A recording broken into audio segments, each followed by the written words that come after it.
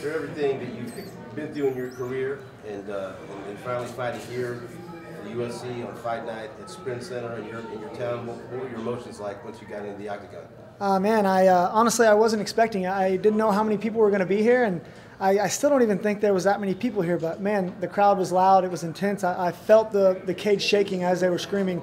I live right next to the Chief Stadium, so I know how loud the people in Missouri could be, and man, I felt it in here tonight in the building. How did it feel when they were chanting your name?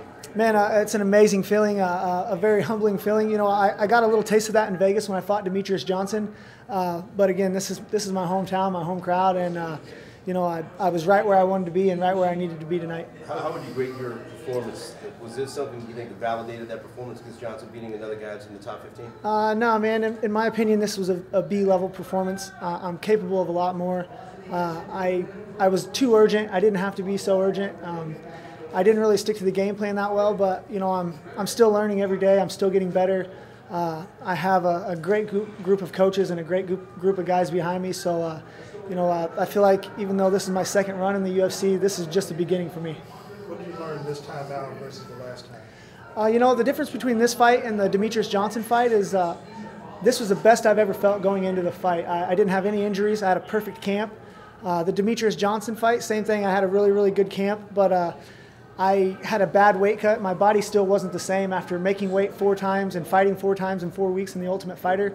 I had some body changes. I had a really, really hard time making weight against Demetrius Johnson, and I think that affected my fight. And you know, this weight cut and this camp, everything was perfect. I don't know. I felt like I was a little sluggish in there, and that I know I can do better. I know I can perform a lot better than what I did tonight. I'm glad I got the win, but I expect a lot out of myself, and you know, I want to prove to my coaches that I'm listening and that I'm learning and that I can do the things that they're telling me to do.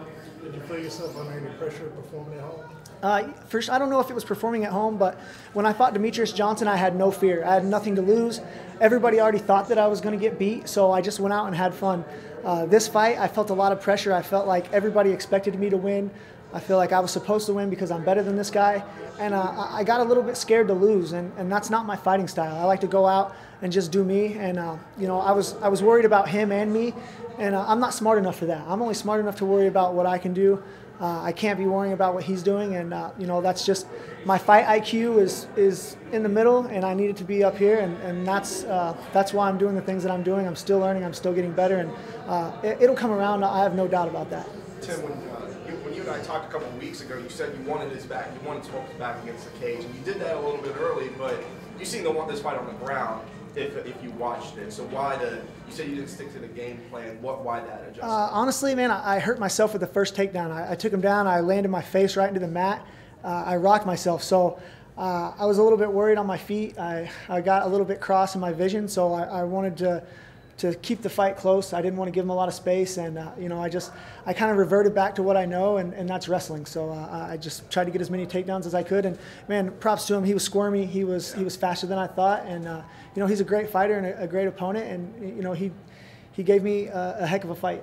A couple of times it seemed like he could get a bit of leverage to get a choke in there. You were able to kind of counter out of that. Why do you feel you're able to do so? You know, I was giving up the choke a little bit. I got tired, man. I don't know.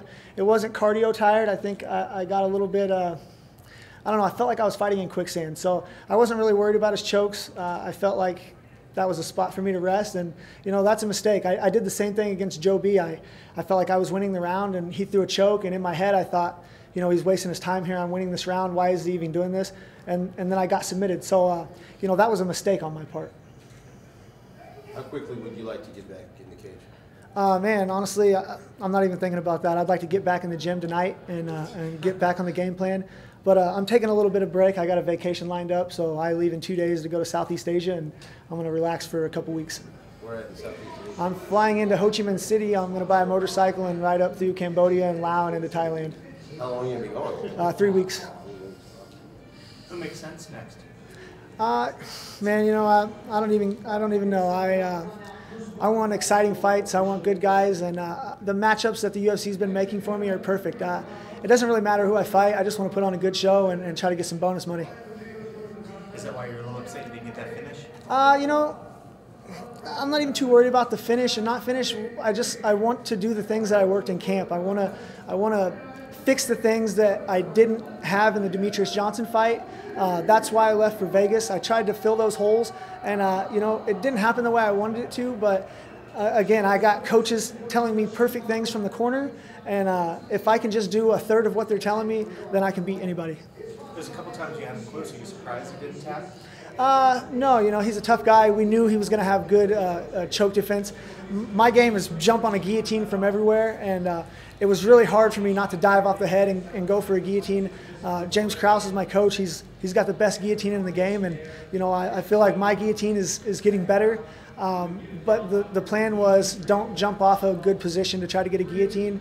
And, you know, I almost did a couple of times, but I tried to hold the position. But he was squirmy, man. He's long, he's lanky, and he's flexible.